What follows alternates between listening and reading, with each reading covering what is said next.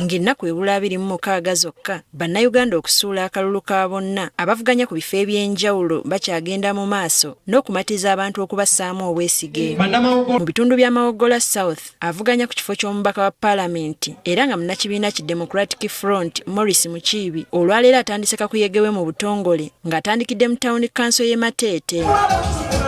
Eno abatuuze bamubuulidde ebimu ku bizibu ebisinga okubasoomooza bye bandyagadde okutandikirako ng'afunye obukulembeze omuli okukola ku kizibu ky'ebbula ly'amazzi, ebyobulamu n'ebirala.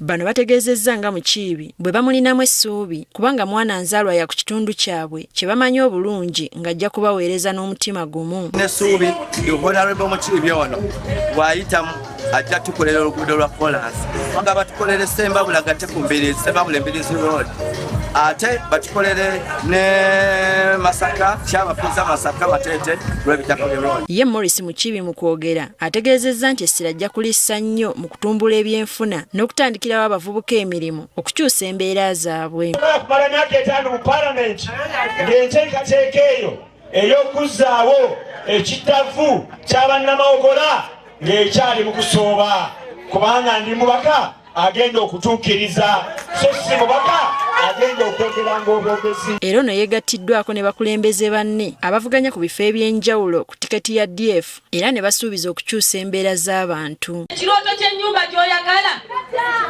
essomero mw'osomeseza omwana y'essomero ly'oyayaana omwana w'okusomesa. Njagala nkubuuze mu ddwaliro eyo gy'otambulira gy'ogenda gwe maama ng'ogenza okuzaala gy'oyayaana okuzaalibwa. Mumanye ebizibu bya Mawogola, mubadde n'ababaka ba paalamenti e Mawogola, naye ebbanga lye munaamala nga mwe abalonzi temusazeewo mwe musinga okifiirirwamu. Ate ye Mityana avuganya ku kifo ky'omubaka omukyalo wa disitulikiti Joyce Baagala ne yeegwanyiza ekifo ky'obwa ssentebe wa disitulikiti eno Mariam Lugendo n'abalala basibye mu ggombolola y'Amalangala nga bawenja buwagizi. Bano batalaaza ebyalo okuli Bbala, Nsiisi, Bongole, Kamuli n'ebirala nga bamatiza abalonzi okukkiriza okubayira obuwagizi bwabwe. Buli munnamityana eyali ku mutimbagano, ku rediyo, ku TV, ku ssimu yalaba ebirowoozo byange ku by'obulimi bw'emmwanyi. Nesikomaawo bannankyukakyuka mwenna abali wano mukimanyi bulungi ti nga nkozesa obukugu bwange nga munnamawulire nakulembera ab'oludda oluvuganya gavumenti okunoonya bannayuganda abaabuzibwawo mu kalulu aka 2021. Tojjangayo jeno n'oteekayo kulutu. Mityana emaze emyaka mingi ng'enoonya omubaka omukyala ng'ali ku ludda lwakyukakyuka. Era namwe mukimanyi nti Joyce asoose okumegga okuba omubaka omukyala asoose okubeera ow'enkyukakyuka. Bano basabye abantu obutatunuulira kkala za bibiina wabula balonde abantu abanaasobola okubatuusaako obuweereza. Manvuuli yokka. Kyagulanyi Ssentamu wa manvuuli si bwe guli. Oyo ndowooza ffenna tumulonda. Teri waawa ayogerayo basaba bambi mwe Kyagulanyi akalulu. Teri anyege oyo. Kyokka ate era nga 15 lwaki ngambye nti siri wa manvuuli yokka mpagira Joyce Baagala ntwatwali ku mupiira.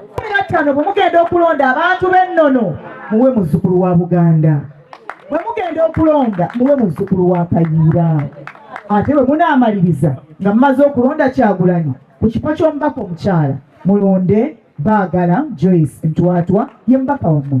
Ng'ennaku z'omwezi 13 omwezi ogwa January abavuganya ku kifo ky'obukulembeze bw'eggwanga n'ababaka ba paalamenti we basuubira okukomekkereza kakuyege waabwe ow'okunoonya obuwagizi ekitegeeza nti ssaawa eno embeera gye balimu yakanaayo cyane.